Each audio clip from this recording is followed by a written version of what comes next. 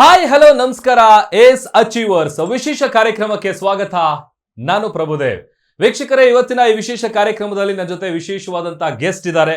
ಇವರು ಸಮಾಜ ಸೇವಕರು, ಕನ್ನಡ ಪರ ಹೋರಾಟಗಾರರು, ಜೊತೆಗೆ ನಮ್ಮ ಕನ್ನಡಿಗರು ಸೇವಾ ಟ್ರಸ್ಟ್ ನ ಸಂಸ್ಥಾಪಕಿಯಾದಂತಹ ಜ್ಯೋತಿ ಕನ್ನಡತಿಯವರು ಇವತ್ತು ನಮ್ಮ ಜೊತೆ ಕಾರ್ಯಕ್ರಮದಲ್ಲಿದ್ದಾರೆ.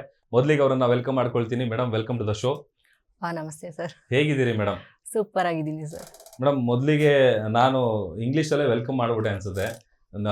ಜೊತೆಗೆ ಈಗ ನಾನು ಫಸ್ಟ್ ನಿಮ್ಗೆ ಕೇಳುವಂತ ಪ್ರಶ್ನೆ ಏನಪ್ಪಾ ಅಂತ ಅಂದ್ರೆ, ಈಗ ನೀವು ಪ್ರಸ್ತುತ ಏನ್ ಮಾಡ್ತಾ ಇದ್ದೀರಿ, ಅದ್ರ ಬಗ್ಗೆ ನಿಮ್ ಬಗ್ಗೆ ಸ್ವಲ್ಪ ಹೇಳೋದಾದ್ರೆ ಮೇಡಮ್.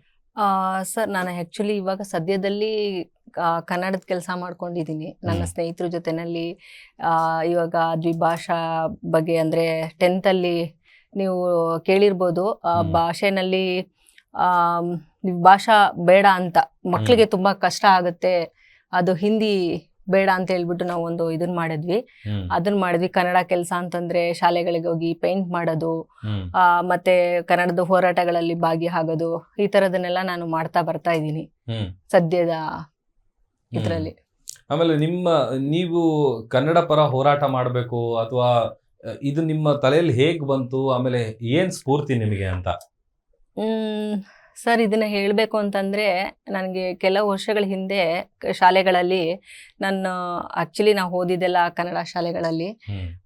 ನಾನು ಕನ್ನಡ ಶಾಲೆಗಳಲ್ಲಿ ಹೋದಾಗ ಅಲ್ಲಿ ಏನಾಗ್ತಿತ್ತು ಅಂತಂದರೆ, ಕನ್ನಡ ಜಾಸ್ತಿ ಬಳಸ್ತಿರ್ಲಿಲ್ಲ. ನನಗೆ ಅವಾಗೆಲ್ಲೋ ಒಂದು ಕಡೆ ಅನ್ನಿಸ್ತಿತ್ತು, ನಾವು ಕಲ್ತಂಥ ಕನ್ನಡ ಶಾಲೆಗಳಲ್ಲಿ ಕನ್ನಡ ಬಳಸ್ತಾ ಇಲ್ಲ. ಹಾಗೂ ಇವಾಗ ಖಾಸಗಿ ಶಾಲೆಗಳಲ್ಲಿ ನೀವು ನೋಡ್ತಾ ಇರ್ಬೋದು, ಜಾಸ್ತಿ ಏನು ಕನ್ನಡದ ಬಗ್ಗೆ ಇದು ಮಾಡಲ್ಲ. ಅಂದ್ರೆ ನಮ್ಮ ಭಾಷೆ, ನೆಲ, ಜಲ ಅಂತ ಬಂದಾಗ, ಕನ್ನಡ ಅಂತ ಬಂದಾಗ ನಮ್ಮ ಅಸ್ತಿತ್ವ, ನಮ್ಮ ಭಾಷೆ, ಅದನ್ನ ನಾವೆಲ್ಲೂ ಇದು ಮಾಡ್ಕೋಬಾರ್ದು ಅಂತ ನನಗೆ ಅನ್ನಿಸ್ತು. ಅದು ಒಂದು ಸ್ಫೂರ್ತಿಯಾಗಿ ನಾನು ಅದನ್ನ ತಗೊಂಡೆ. ಆ ದಿನದಲ್ಲಿ ಕನ್ನಡ ಭಾಷೆಯಲ್ಲಿ ಕಮ್ಮಿ ಬಳಸ್ತಾ ಇದ್ದಾರೆ ಅಲ್ಲ ನಮ್ಮ ಕರ್ನಾಟಕದಲ್ಲಿ, ಅದು ಹೆಚ್ಚಾಗಬೇಕು. ಅದು ಹೆಚ್ಚಾಗಬೇಕಂದ್ರೆ ಶಾಲೆಗಳಿಂದನೇ ಪ್ರಾರಂಭ ಆಗಬೇಕು. ಅದೊಂದು ಅವೇರ್ನೆಸ್ ಕೊಡೋ ಥರ ಆಗಬೇಕು. ಶಾಲೆಗಳಲ್ಲಿ ಹೆಚ್ಚಾಗಿ ಕನ್ನಡ ಒಂದು ಏನಿದೆ ಸೆಕ್ಷನ್, ಅದನ್ನ ತಗೋಬೇಕು ಶಾಲೆಗಳಲ್ಲಿ. ಅದು ಹೆಚ್ಚಾಗಬೇಕು ಕರ್ನಾಟಕದಲ್ಲಿ. ಇದರಿಂದ ನನಗೆ ಜಾಸ್ತಿ ಯಾಕೆ ಇತ್ತೀಚಿನ ದಿನಗಳಲ್ಲಿ ಕನ್ನಡವನ್ನ ಬಳಸೋದು ಕಡಿಮೆ ಆಗ್ತಿದೆ ಅಂತ ನೀವೀಗ ಅನ್ಸುತ್ತೆ? ಸರ್, ಖಂಡಿತ.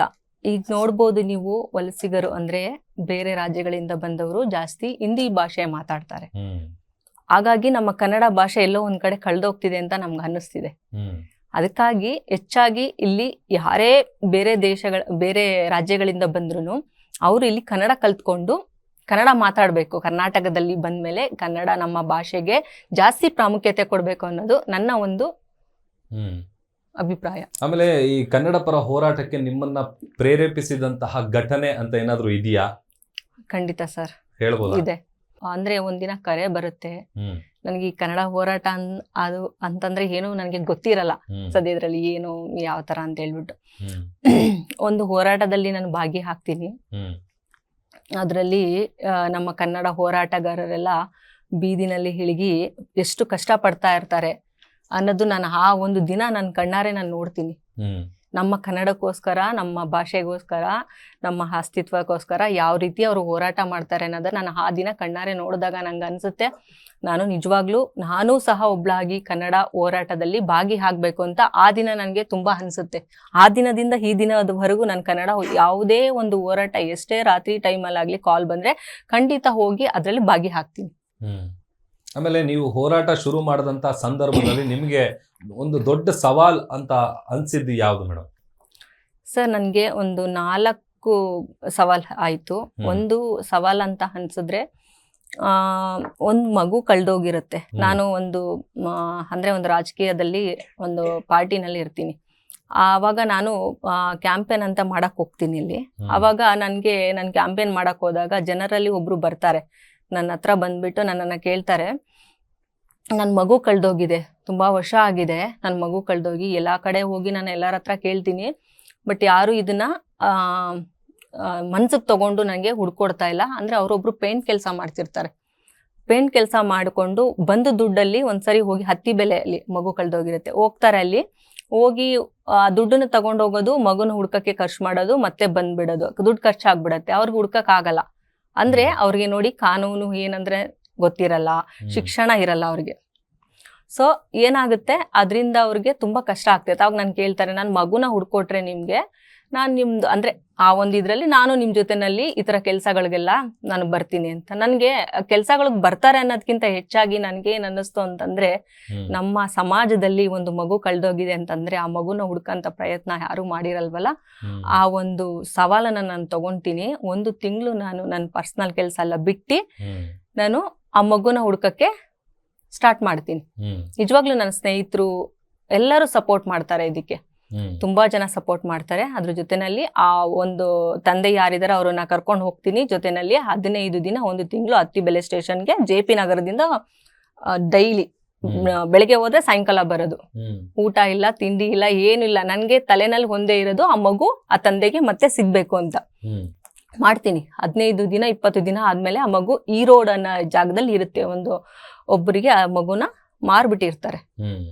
ಅದು ಯಾರಂತ ಅನ್ಸಿದ್ರೆ ತಾಯಿನೇ. ಆವಾಗ ಗೊತ್ತಾಗುತ್ತೆ ಸ್ಟೇಷನ್ ಇಂದ ತಾಯಿನೇ ಮಗುನ ಮಾರಾಟ ಮಾಡ್ಬಿಟ್ಟಿದ್ದಾರೆ, ಸ್ವಂತ ತಾಯಿ ಅಂತ. ತುಂಬಾ ಬೇಜಾರಾಗುತ್ತೆ ನನ್ಗೆ. ನನ್ನ ತಲೆನಲ್ಲಿ ಏನಂದ್ರೆ ಮಗು ಸಿಗುತ್ತಾ ಇಲ್ವಾ ಅನ್ನೋದೊಂದು ಡೌಟ್ ಆಗ್ಬಿಟ್ಟಿರುತ್ತೆ.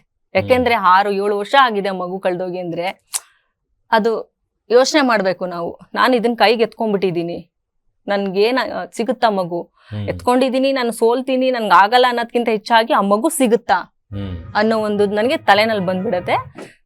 ನಿಜವಾಗ್ಲೂ ಸತ್ಯಕ್ಕೆ ಜಯ ಅಂತಾರಲ್ಲ, ಹಾಗೆ ಆ ಮಗು ಸಿಕ್ಕುತ್ತೆ. ಹೇಗೆ ಅಂತಂದ್ರೆ ಅದು ಚೈನ್ ಲಿಂಕ್ ಆಗಿ ಹೋಗಿರುತ್ತೆ ಸರ್. ಮಗು ಅಂದ್ರೆ ಯಾರು ತಂದೆ ತಾಯಿ ಮಕ್ಳಿರಲ್ಲ ಅವ್ರಿಗೆ ಸೇಲು ಚೈನ್ ಲಿಂಕ್ ತರ ಸೇಲ್ ಮಾಡ್ಬಿಟ್ಟಿರ್ತಾರೆ. ನಿಜವಾಗ್ಲೂ ಅತ್ತಿಬೆಲೆ ಸ್ಟೇಷನ್ ಅಲ್ಲಿ ವಿಶ್ವನಾಥ್ ಸರ್ ಅಂತ ಇದ್ರು. ಅವ್ರಿಗೆ ನಿಜವಾಗ್ಲೂ ಇವತ್ತೇನಾದ್ರೂ ಅವ್ರು ಇದನ್ನ ಒಂದೊಂದು ಕಾರ್ಯಕ್ರಮನ ನೋಡಿದ್ರೆ ನಿಜವಾಗ್ಲೂ ಅವ್ರಿಗೆ ದೊಡ್ಡ ನಮಸ್ಕಾರ. ನನ್ನ ಸ್ನೇಹಿತರು ತುಂಬಾ ಜನ, ರೊನಾಲ್ಡ್ ಆಗಿರ್ಬೋದು, ಸುಮಾರು ಜನ, ಸುರೇಶ್, ವೇಣುಗೋಪಾಲ್ ಸಾರು, ಕಪಾಲಿ ಸರ್ ಎಲ್ಲರೂ ಆಗಿರ್ಬೋದು, ತುಂಬಾ ಸಪೋರ್ಟ್ ಮಾಡಿ, ವಿಜಯ್ ಸರ್ ಎಲ್ಲರೂ ನನ್ಗೆ ಬೆಂಬಲವಾಗಿ ನಿಲ್ತಾರೆ ಈ ಒಂದು ಹೋರಾಟಕ್ಕೆ. ಅವರು ಮಗು ಸಿಕ್ಕುತ್ತೆ ಕರ್ಕೊಂಡ್ ಬರ್ತಾರೆ ಸ್ಟೇಷನ್ಗೆ. ಅತ್ತಿಬೆಲೆ ಅವರು ವಿಶ್ವನಾಥ್ ಸರ್ ಇದಾರಲ್ಲ, ಅವರು ರಾಮಸ್ವಾಮಿ ಅಂತ ಇದಾರೆ, ಅವ್ರು ಕರ್ಕೊಂಡ್ ಬರ್ತಾರೆ.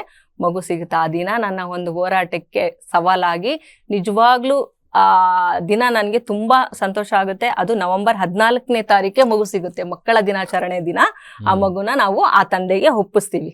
ಆ ತಂದೆಗೆ ಇಲ್ಲದಿದ್ದ ಖುಷಿ, ಆ ತಂದೆ ಮುಖದಲ್ಲಿ ಬರಂತ ಖುಷಿ ನಮ್ಮ ಒಂದು ಹೋರಾಟದನ್ನ ಸೋಲಿಸ್ಬಿಡುತ್ತೆ ನಮ್ಮನ್ನ.